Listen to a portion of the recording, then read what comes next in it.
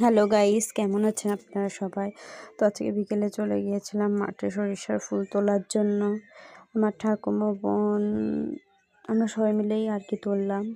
তো রাত্রে এটা হচ্ছে ভর্তা বানাবো। সন্ধ্যার দিকে একটু চা বানিয়ে নিলাম, একটু চা খেয়ে তারপরেই রান্নাটা করব।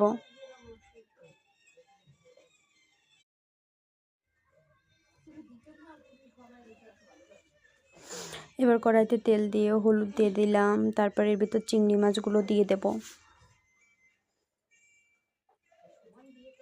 তেলের ভিতর রসুন এবং কাঁচা লঙ্কা দিয়ে দেব এবং দিয়ে এগুলো ভালো করে ভেজে নিব।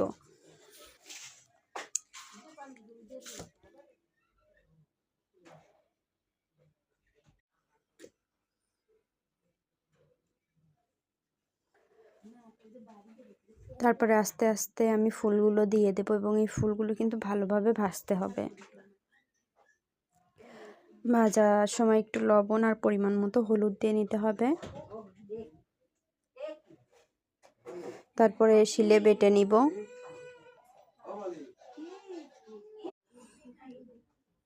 এটা আমি বেটে নিচ্ছি এখন।